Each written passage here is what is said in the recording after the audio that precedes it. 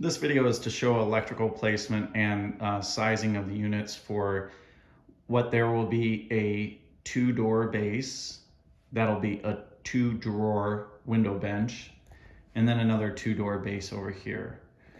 The elevations are going to be a little bit different because of the change in the elevation of the floor. So right side will be 35 5/8 to the top. Left side will be 35 7/8 to the top. And I have my template for the bookcase elevation marked where this, as it's sized now, is going to be 59 3/4. So I've marked on the top of the template where 59 3/4 is, and then the crown line, and then what will be left to reveal on the top lateral rail, which will be a 1-inch lateral rail at the top that's exposed. So this, even though it's cut to 60, is a very tight fit. So I have almost no bounce and no room for adjustment there. So that's why I marked where that's going to be cut. Now what I will do with the tops is the tops are going to be 47.5 with a 46.5-inch base. So the tops are going to hang over 1 inch above the window bench, and I need to finish the left side of the right side 2-door base flush. So it'll be flush so that when I cut the top for the window bench, that can jog right to the edge of it. So that's something that I'm going to have to cut on site to fit after these are installed. Same with this side.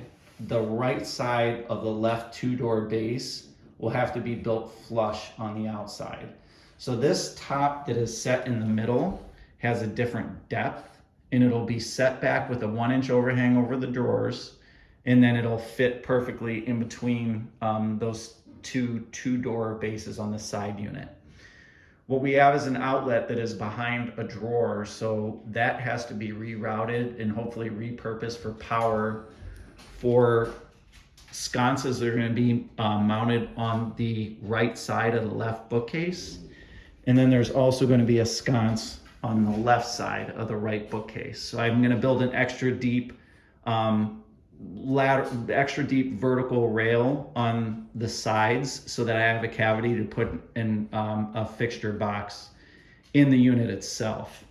Now, as far as the switching goes, there is a switch here, which if we can sister to that switch box and add one, that would be great. Otherwise, we're going to have to locate another spot for a switch for those sconces. What I want to do with the base is I want to wrap the base around the front of these units. So this base is a 5.5-inch base. What I'd like to do is leave the bottom flat with a 1-inch reveal and wrap the base around the front of it, so no toe kick flat, and then also return it here and go across there, out inside corner, outside corner, and then miter it into the base that's over there. So it'll have a nice, neat look like the trim is blended into the unit. Same with the crown molding. The bookcase is gonna be up here, so I'm gonna cut away the crown to insert the bookcase, and I'll have to pull what's in the room so that I can do a nice inside cut and wrap the crown around the outside edges of the bookcase, and then over, out, and then terminate into the wall. So these will be 12-inch deep bookcases resting on top of a 24-inch deep base, just as it shows here. The only thing I need to be really careful of is that cut on the top for the window bench.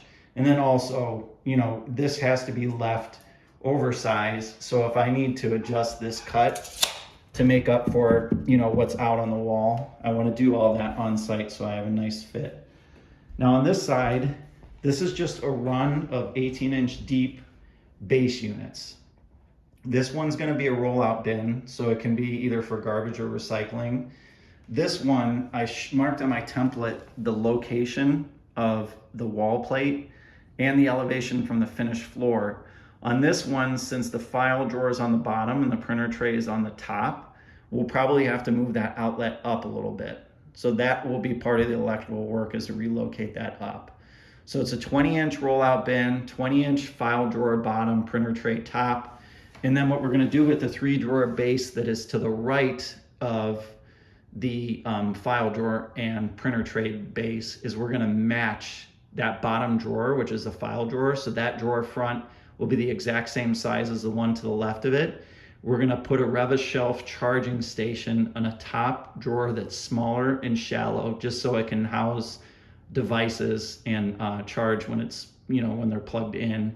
And then the middle is going to be what's left to make a drawer front that will be about medium size. We're going to match this unit over here on the end. So that end unit is going to be another 3-drawer unit. And I want to add a little to the right rail, the right vertical rail, so that the drawer isn't close to rubbing against the wall. So these units are the same here and here, minus that top charging port. Now the middle right now is sizing up to be a little less than 42. That's going to be a 2-door base. So what we want to do is we want to get power into that unit. So we want to have it with adjustable shelves and pull another outlet into there. And also we want to stay within the range of 15 to 17 inches for the doors. So what I'll probably do is size up the drawer bases and the rollout bin in order to achieve that, where we end up with doors that are probably closer to the 15-inch range. And that's everything how it's going to install. Same with this unit. I don't want a toe kick. I would rather have the 1-inch overhang, maybe a little greater on the top. So I can just wrap this trim around the front to give it that look like it's more of a built-in unit.